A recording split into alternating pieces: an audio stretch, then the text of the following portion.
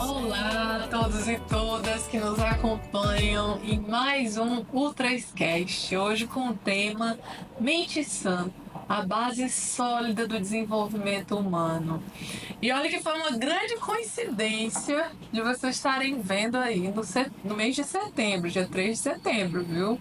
Setembro amarelo, porque na verdade já faz algum tempo que eu sonho, desejo e quero esta pessoa maravilhosa chamada Lucas Ledo com a gente, né? Se tem alguém que versa sobre esse tema, que é um tema tão sério, né, e tão relevante hoje, com leveza, com um sorriso no rosto, né, e com propriedade, é o Luquinhas. Então, muito obrigada por estar aqui com a gente. Nossa, não, eu que agradeço o carinho, assim, pra mim é aonde eu possa ir, aonde eu possa estar, né, independente da natureza do lugar e qual o tamanho, a dimensão do lugar, é sempre muito importante, porque pra mim é uma missão falar de saúde mental, de qualidade de vida, e com você especificamente, pra mim, as coisas ficam mais leves, né, e etc.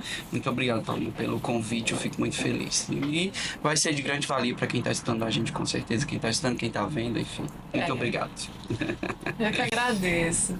Turma, normalmente vocês veem a gente falando sobre criatividade, inovação, tecnologia, e agora, de repente, mente sã, né? Sim. Desenvolvimento humano. Então, antes da gente começar a entrar um pouquinho nesse tema que vocês vão gostar demais, eu queria pedir para você, Lucas, falar um pouquinho de você, desse teu currículo tão incrível, né? Que fala sobre o que você faz também, Sim, mas principalmente sobre essa pessoa linda certamente. que você é. Se apresenta um pouquinho aí pro pessoal. Bem, assim, a minha trajetória, ela atravessa várias naturezas de trabalho, mas sempre com uma maquiagem, com um envelope da saúde mental. Eu sou professor universitário, diretor hospitalar, e trabalho com palestras, né, e a nível nacional, mais especificamente no recorte de saúde do trabalhador, e levo aí sempre um construto nas minhas pesquisas em autogerenciamento, estresse, bem-estar e qualidade de vida, para a população que precisa, né? A minha missão é sempre levar conhecimentos em saúde, bem-estar, qualidade de vida para todos, para que a gente Perfeito. desgourmetize, para que a gente democratize o conhecimento e as pessoas que precisam saber sobre saúde possam prevenir e promover autocuidado e bem-estar de modo geral. Né? Então, sou psicólogo de formação, mas tenho outras categorias, como por exemplo a sala de aula, dentro das graduações em psicologia, e outras áreas de saúde de modo geral também. Né? Muito bom. Né? É interessantíssima essa tua agenda, porque poucos profissionais pensam nessa acessibilidade, Uhum. né? E quando a gente fala aí de saúde mental Sim, e desse autogerenciamento, tanto há um desconhecimento, falta informação que não chega de fato à população, né? Principalmente à população de classes mais baixas, né? Que estão em situação de vulnerabilidade, e também o acesso ao serviço, né, psicoterápico, de apoio, todo esse suporte que é tão necessário e tão importante. Então, que lindo, né? Parabéns, que mais pessoas, mais profissionais dessa área atentem, né, porque a gente vive uma verdadeira epidemia, certamente. né, de adoecimento. Mas vindo para nossa primeira pergunta, Lucas, quais são os pilares fundamentais para manter uma mente saudável no dia a dia? E como eles impactam o nosso desenvolvimento pessoal e profissional? Sim. Nesse sentido, é importante que a gente, em primeira instância, compreenda que não existe uma receita de bolo. Tá? Não existe uma receita, uma forma que eu possa entregar que vá trazer mais ou menos qualidade de vida. Mas a gente pode construir alguns pilares, como você colocou, que direcionam e dimensionam uma compreensão maior de saúde mental no dia a dia. A primeira são o que a gente chama dos fatores de qualidade de vida, que é trabalho, as relações, o autocuidado de modo geral, como por exemplo exercício físico, alimentação, sono, aquelas coisas clichês que a gente já está acostumado a saber, mas que é muito importante a gente dizer porque infelizmente ainda são os principais fatores determinantes de adoecimento, esse descuidado com os fatores de qualidade de vida e bem-estar. Então, dentro desses pilares primordiais, é importante que a gente saiba que não terá um equilíbrio de forma integral de tudo isso. Sim. Sempre nós temos uma falta de linearidade em todos esses pilares. Ou a gente não está bem no trabalho e está bem com nós mesmos, do ponto de vista da alimentação e etc. Ou está tudo bem, mas tem uma relação ali que não está tão bacana, tem uma preocupação com uma relação afetiva amorosa ou de amizade, ou então a relação afetiva amorosa está ok, a de amizade está ok, mas tem uma relação no trabalho que está te preocupando, está hiper bem burocraticamente, né, na execução do trabalho, mas tem uma relação que não está tão bacana. Então, assim, importante a gente dizer que sempre existe essa falta de linearidade. Por que eu estou falando isso para você? Porque existe uma busca eterna por uma felicidade plena que não existe. A felicidade ela é tão importante, assim como a gente precisa também saber lidar com as angústias, com a tristeza. Então, se eu posso colocar para você hoje, os principais pilares são trabalho, as relações, a alimentação, o sono e o exercício físico. São os primordiais, né? Assim que a gente precisa estar sempre se atentando ali ao dia a dia. É claro que dentro desse escopo tem aí uma infinitude de possibilidades que você pode aumentar, diminuir, colocar, fazer, construir do seu jeito, da forma como você bem gosta de estar e se colocar no mundo. Tá? Muito bom, muito bom. Atravessando aí, né, esses pilares, existem algumas práticas diárias, né, que a gente consegue implementar, digamos assim, como hábitos no nosso dia a dia que nos ajudam muito, né? Muito se fala de meditação e o que eu mais gosto da meditação é a respiração, né? Eu sou uma pessoa que tem uma natureza muito ansiosa, viu, gente? Vocês sabem, né? Quem é da inovação é muito rápido, quer tudo muito rápido e as coisas têm o seu tempo de acontecer e tá tudo bem. Né? Então, meditação, se fala muito em mindfulness, né? A atenção plena, o estar presente, né? Esse mundo cheio de incerteza de futuro, né? Esses pesos de passado, né? A gente não se perdoar muitas vezes por errar, enfim. Né? E a própria psicoterapia, né? Você tem um acompanhamento terapêutico que faz muita diferença. Eu faço terapia há muitos anos. Que bom. Eu acho que já vai completar uma década que faço. E não vejo um fim para esse processo. Eu acho que é um processo que só cresce. Sim. Né? E nos apoia. Mas como que você vê essas práticas, né? Como que elas contribuem para esse equilíbrio mental e emocional desse mundo cada vez mais acelerado, mais distante da presença, né? Do momento, né? Vivendo aí várias realidades ao mesmo tempo. Essas práticas, elas são meio que entabuzadas hoje, né? Porque existe uma carência muito forte do sujeito hoje, no século XXI, onde o trabalho se sobrepõe e a necessidade de produtividade ela é maior. Então você sempre precisa produzir, trabalhar para poder conseguir se construir dentro do sistema e isso impossibilita com que você tenha tempo de qualidade sobretudo. Não que o trabalho não seja um tempo de qualidade, mas na atual conjuntura o trabalho ele tem ofertado sim um descontrole, um desgaste, uma exaustão mental, surgindo assim os estresses de modo geral. Mas essas práticas elas precisam existir na nossa vida de forma afetuosa. Quando eu digo afetuosa, o que é? Dentro fazendo o que você pode com o que você tem. A gente se simboliza muito, se compara muito, se constrói em cima da realidade do outro, levando aí, por exemplo, a realidade das redes sociais. Fulano de tal vive viajando e eu não consigo. Fulano de tal acabou de comprar um imóvel, eu nunca consegui, trabalhar não sei quantos anos, não consigo. Essa realidade de comparação, ela é inexistente, porque a gente não pode se colocar na realidade do outro, sendo que a gente não conhece, é uma realidade paralela. Vai entender de forma integral como é. Com certeza vai ter muitas angústias à realidade do outro. Então se compare com você mesmo e com a forma que você consegue se trabalhar. Por exemplo, se você trabalha 8, 9, 10 horas diárias, você precisa conseguir compreender que existe uma estrutura que precisa ir além do trabalho. Sim. Seja no final de semana, seja no momento que você chega em casa e há aquele segundinho. Aí eu sempre trago uma brincadeira nas minhas palestras, na aula do Monange, do hidratante, né? É o momento que você passa um hidratante. Autocuidado não é só você passar o Monange, mas se você só tem essa condição, faça. O que precisa acontecer é que você não pode, em hipótese alguma, descuidar de modo integral dessas práticas, que são pequenas. Às vezes a gente consegue entender muito, a gente consegue compreender sempre que essas práticas, elas são gigantes, né? Tá aí, ó. Aqui, Ela faz a prática de saúde dela. Se você tem condições de ter esse tempinho, passar o seu hidratante, se reconectar com você mesmo, tentar se distrair, se desconectar da sua realidade, se você tem condições de fazer isso, esse é o único momento que você tem, faça.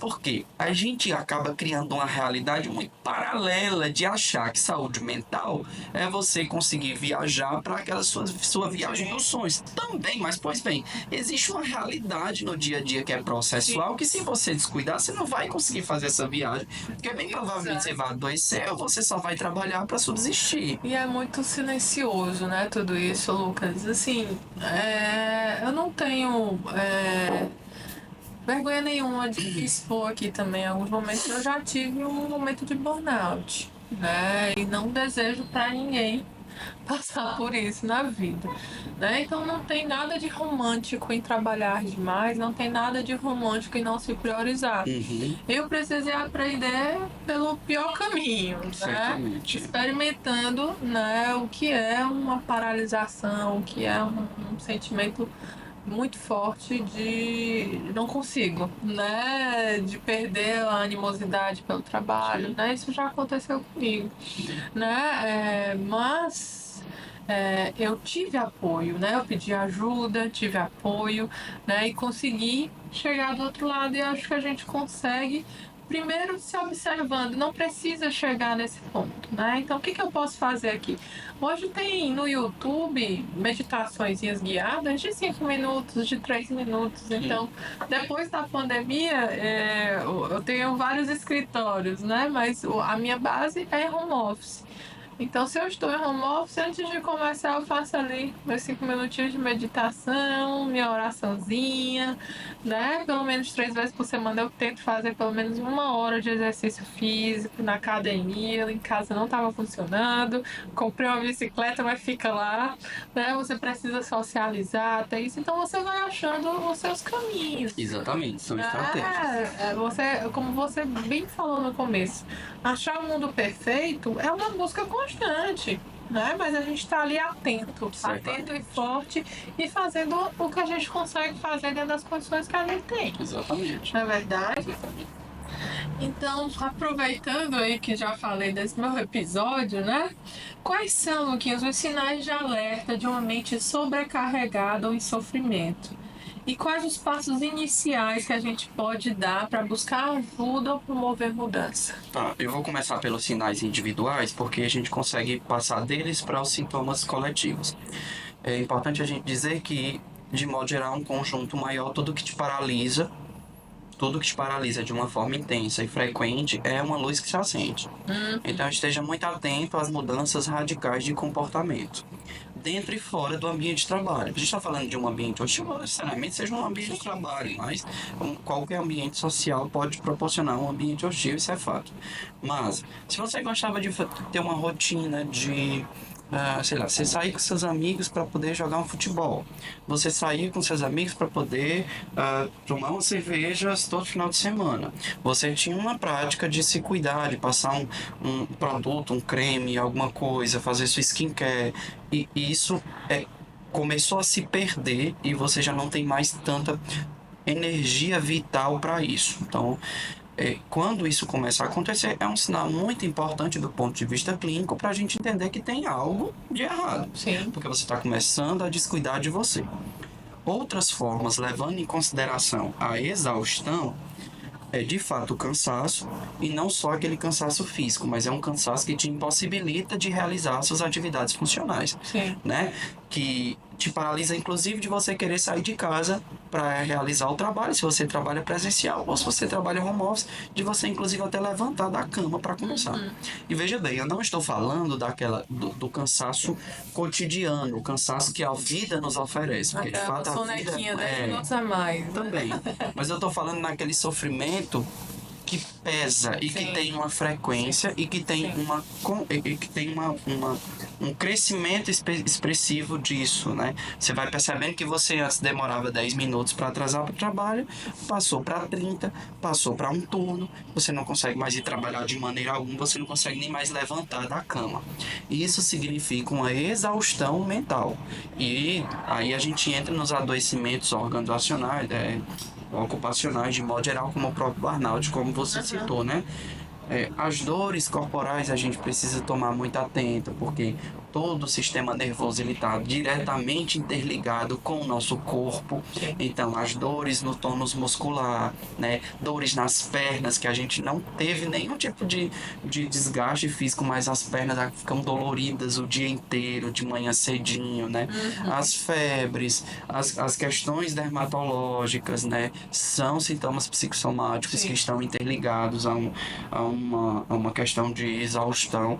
Poucas pessoas conseguem compreender dessa maneira, nessa seara, e eu gosto muito de trazer isso porque acontece a psicossomática e a gente não sabe por quê, e estão diretamente ligados à exaustão, né? E o próprio desfazer, o desgosto, a desvalia, o desamparo que você tem com você mesmo, porque o sujeito ele não quer estar dessa forma, então acaba gerando construções de culpa muito forte. Então, a sua autoestima tem uma quebra radicalmente com isso.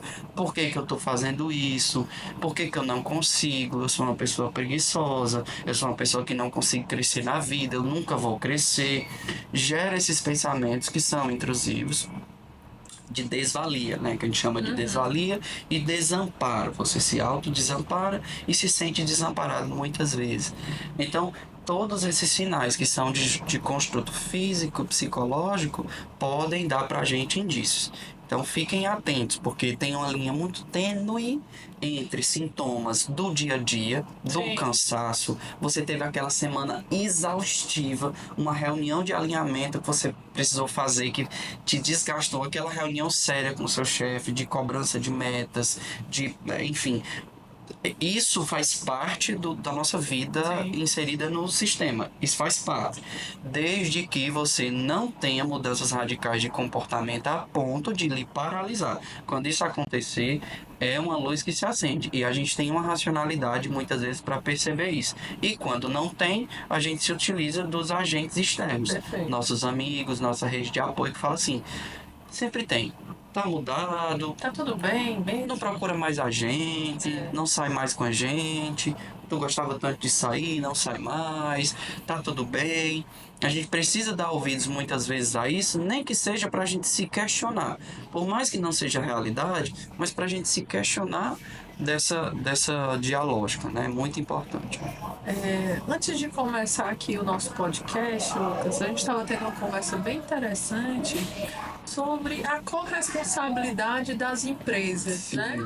Como ambientes de promoção desse desenvolvimento humano também, né? De forma plena. Não só como uma força de trabalho ali naquela dinâmica de mais-valia, mas como uma potência de realização e plenitude. Então fala um pouquinho mais, né, na tua perspectiva, como você vê esse papel da empresa, né, desses negócios como corresponsáveis, né, nessa estrutura, tanto na parte de educação mesmo, de conscientização, porque a gente pode, muito além do Setembro Amarelo, trabalhar, né, uma dinâmica de educação nessa agenda, mas também de suporte, de oferecer ali um apoio e condições para acessar alguns serviços de apoio, né? Ter uma estrutura ali mínima que dê condições desse desenvolvimento dessa saúde mental plena, né?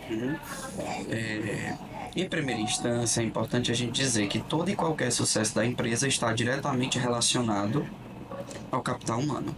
Perfeito. Porque toda e qualquer empresa é feita por pessoas. Não existe em nenhuma instância a desvalorização e um sucesso da empresa nessa mesma conjuntura. Ou você valoriza o capital humano e toda a sua subjetividade, ou você não tem um sucesso. Isso é fato. No século XXI, com as novas gerações que estão chegando, que é o futuro do trabalho, e o futuro do trabalho já chegou, esse futuro do trabalho significa que mudou o sentido de trabalho. As pessoas elas estão se relacionando com o trabalho, a sua mão de obra, de uma forma distintamente diferente de 20, 30 anos atrás. E qual é essa relação de trabalho? É uma relação simbiótica, via de mão dupla. E isso não quer dizer que eu precise mais da empresa do que a empresa de mim. Não é isso que eu estou falando. Estou dizendo que a empresa ela tem um papel de atender às necessidades básicas do ser humano, para que assim a gente construa alguns pilares que são importantíssimos na execução de qualidade e no surgimento e no alcance de metas necessárias, como por exemplo, a própria sensação de pertencimento ao trabalho provém do atendimento às necessidades básicas daquele trabalhador. O pertencimento, a aprendizagem, a comunicação são pilares que constroem uma sinergia, uma segurança psicológica dentro do trabalho. Então é claro, expressivo de que as empresas elas sim têm essa correlação direta com o atendimento básico das necessidades do trabalhador. E aí eu deixo um adendo, uma crítica positiva e construtiva para toda e qualquer empresa que não se atentem só às medidas estéticas de tentativa de cuidado com a saúde do trabalhador, com a saúde mental. Que tentativas estéticas são essas? São aquelas medidas vou citar exemplos práticos. É uma sinuca que você coloca no seu trabalho. Você pode ir à paisona. É aquela poltrona mais confortável. Se você quer colocar, coloque. Isso é maravilhoso.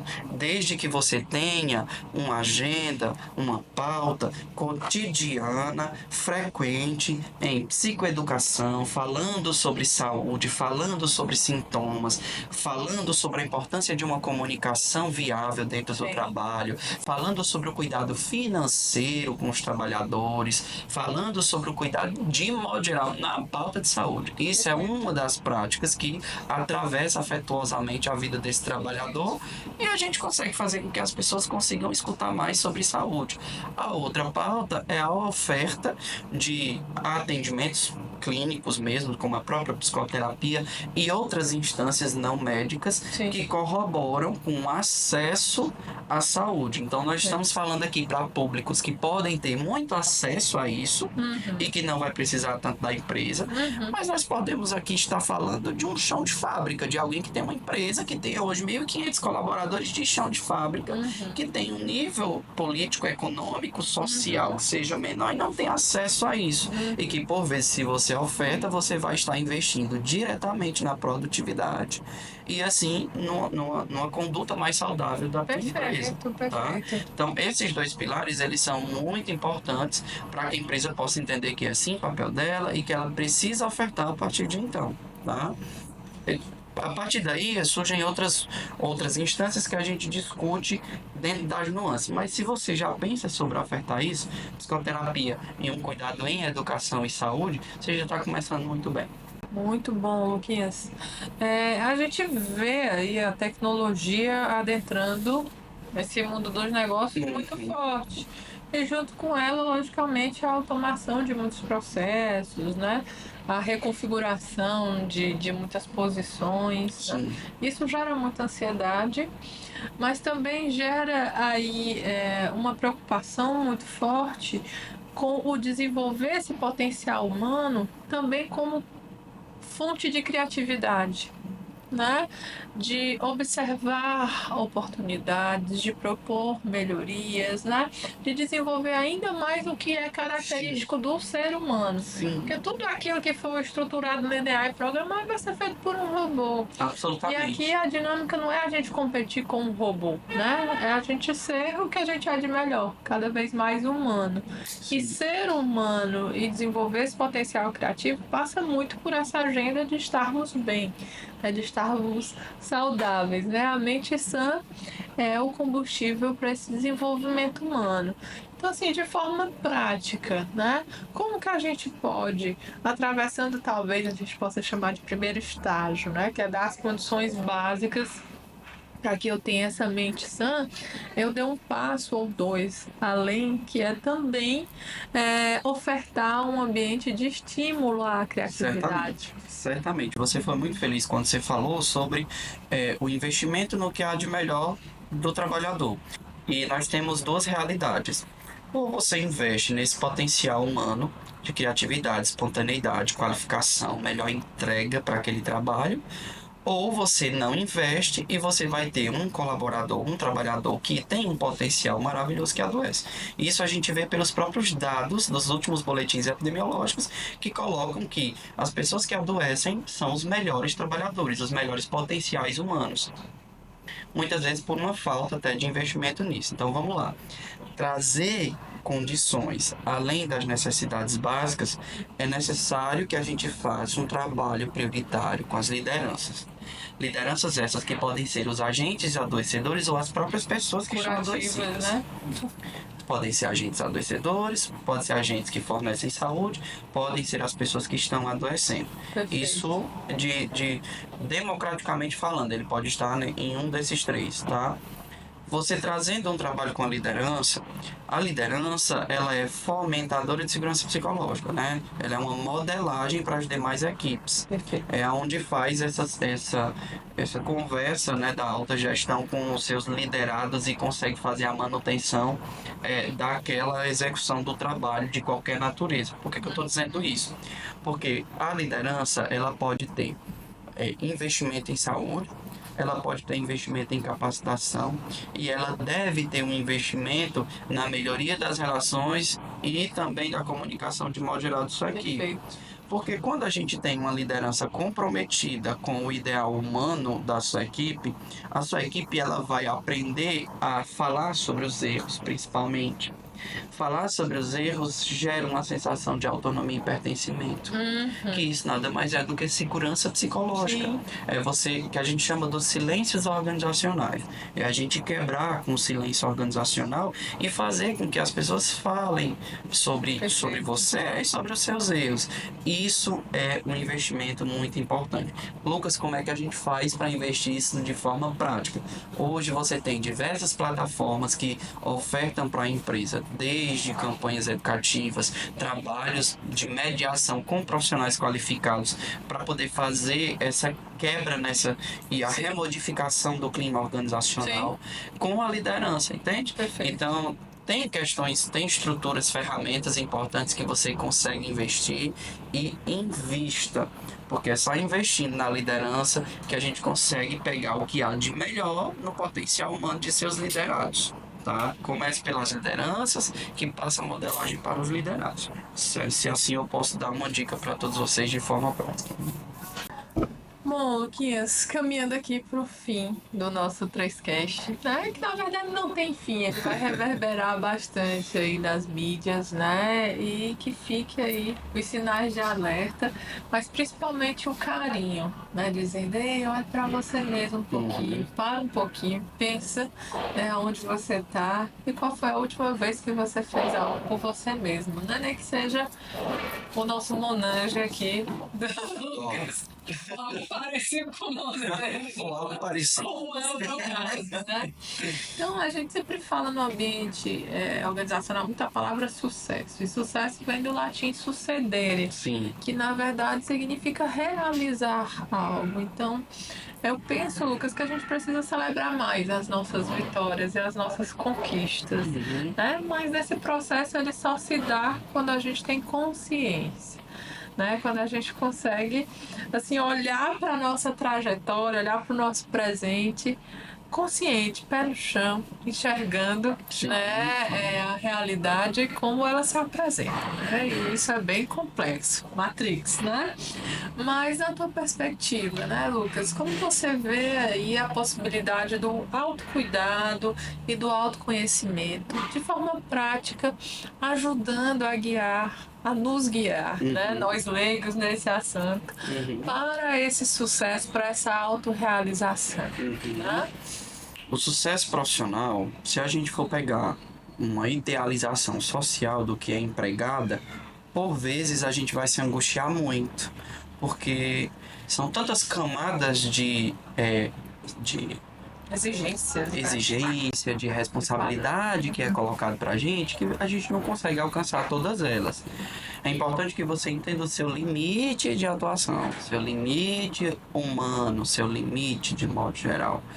E além de compreensão do limite, sucesso ele vai quando você consegue, ele se traz pra gente quando você é, aplica metas e essas metas elas estão no processo de realização.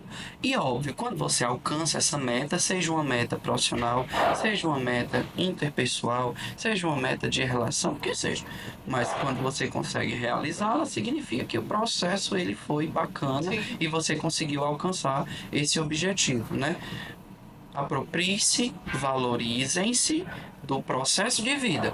Porque no processo de vida, no meu dia a dia, como eu cuido de mim, como eu cuido das minhas relações, como eu cuido do meu trabalho e das outras relações sociais, dos papéis sociais, que vai fazer com que eu alcance os meus objetivos em maior ou menor tempo, né? Existe um adendo aí que quebra muito com essa lógica, que é a comparação. Novamente falando, tomem cuidado com essas comparações, porque ela não é benéfica depois de um certo tom, depois de um certo ponto, um certo período, um certo nível.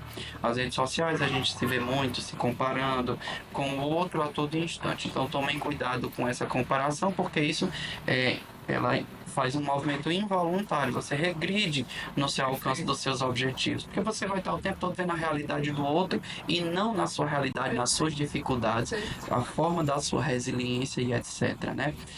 De forma mais prática falando, tomem cuidado aos sintomas que são frequentes e intensos, sintomas físicos e emocionais que fazem com que você regrida no seu dia a dia, no trabalho e nas relações. Tomem cuidado com isso. A questão da sobrecarga de trabalho atual que coloca a gente em uma condição, em um lugar só e unicamente de produtividade, uma senhora forma de adoecimento. Se você não tem um autocuidado com relação a isso, você vai adoecer. Compreenda que descanso ele não é luxo, ele é um direito. Então se dê o direito de pausar, de descansar, de compreender que você precisa reorganizar-se neurologicamente, psicologicamente, para que você possa voltar para o trabalho de forma mais organizada. Isso tudo é o processo. Né? É o processo, a forma como você se coloca no seu dia a dia, desde a hora que você acorda até a hora que você vai dormir. A gente tem uma condição muito desorganizada de colocar a nossa vida em caixas, em um objetivo futuro. Então a gente está o tempo todo visualizando a minha promoção, aquela viagem linda que eu quero fazer, que não é eu não estou anulando esses desejos, e isso é o que te dá a pulsão de vida, desde que você se atente ao seu dia a dia e você não desconecte do seu dia a dia. O dia a dia é o construto de pedacinhos que vai unir e gerar assim o seu sucesso de modo geral. Coisa linda, Luquinhas. Assim, você estava falando, eu estava lembrando da fala de uma outra pessoa que eu tenho muito carinho, muito amor, que é a minha irmã, Andrea Benício. Ela é professora de yoga. Você ainda não conhece, mas a gente vai fazer esse internet acontecer. Né? E numa das aulas ela estava ensinando a respirar e eu achei muito lindo. Sim. Ela dizendo que a inspiração era a gente trazer esse excesso de futuro para cá. E a expiração era a gente liberar esse peso do passado, da culpa. Sim. Né? Então, como é importante a gente fazer esse exercício. Né? Peraí, o que está lá no futuro está lá, ainda vai acontecer. Né? E o que já aconteceu já foi. Eu preciso estar concentrado no hoje. Sim. Né? 3 pontos que eu conectei com a tua fala, né, que eu resumi aqui rapidinho escrevendo para deixar também aqui no final como aprendizado de hoje, é a gente resgatar o osso criativo, né? A gente reaprender a relaxar sem culpa. né? E naquele momento é como se a gente não carrega o celular, a gente não carrega o notebook, vamos carregar nossas baterias também para ter energia, né? E também ter tempo de qualidade com as pessoas que a gente ama. O amor é o maior combustível que pode existir na vida, né? Para de dar ouvido a essa turma que diz que só depende de você. Não só depende de você, depende de tantas coisas, sabe? Mas o que depender só de você, faça. Exatamente. Vá até onde você consegue, né? O que não tem remédio, remediado está, né? Então, a gente precisa fazer a nossa parte, mas a nossa parte não é o todo sempre, né? Calma, né? Calma. E a gente não romantizar os excessos, né?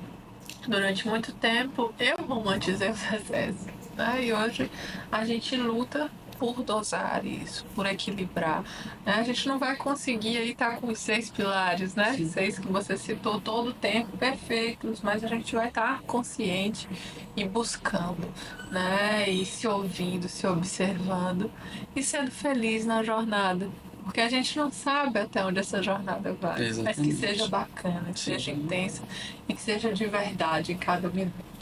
Né? Então, Luquinhas, muito obrigada por esse momento. Foi muito, muito especial estar aqui com você.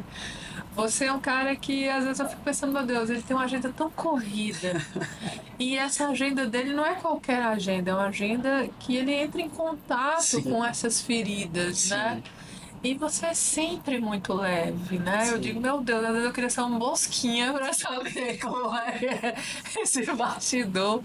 Mas eu sei que não é fácil, e eu sei que você também tem, né, as suas necessidades. Eu sempre me pergunto quem cuida de quem cuida, né? Então aqui também deixo o meu abraço, né? E o meu colo pra quando você precisar também.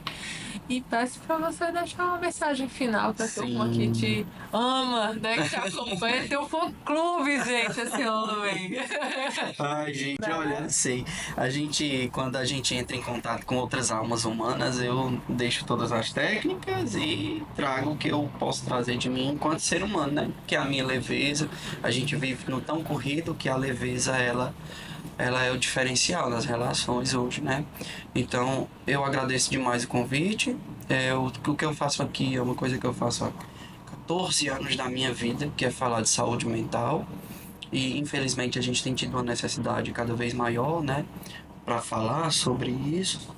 Então, a minha agenda realmente ela é uma agenda super lotada, não só pelas minhas atribuições, mas também pela necessidade de carência que as pessoas têm, seja na minha rede social. As pessoas estão o tempo todo me perguntando, me solicitando, e eu faço o que eu posso para conseguir dar atenção a todo mundo, porque está todo mundo se curando de alguma coisa, está todo mundo se doendo de alguma coisa. Então, é o que eu consigo fazer para, sem querer ser clichê, mas para plantar uma sementinha que eu posso e que eu tenho expertise, né? Então, pessoal, se eu falar se cuidem, eu vou estar sendo muito generalista, mas façam o que vocês podem com o que vocês têm, dentro da realidade e da condição de possibilidade que a tua vida e as pessoas que estão ao teu redor te possibilitam. Seja dar um abraço em alguém que você gosta muito, seja você fazer uma viagem para Paris. Mas valorizem as possibilidades que você tem e atue diante delas, fazendo o que você pode com o que você tem. Sempre falo isso, né? Então, Paulinha, muito obrigado pelo convite, eu fico muito feliz. É uma missão gigante que eu tenho, então você está só corroborando com isso. Muito obrigado, viu, pelo carinho de sempre. Eu que agradeço. E agradeço a todos vocês que estão com a gente até agora, até o final. Né? Eu vou deixar aqui a dica agora para fim de casa, professora Ana, hein? Escutem a música Seja Gentil, da Kel Smith, né? E seja gentil com você. Respira fundo e pega leve. Beijo. Tchau, pessoal. Tchau, tchau. Até a próxima.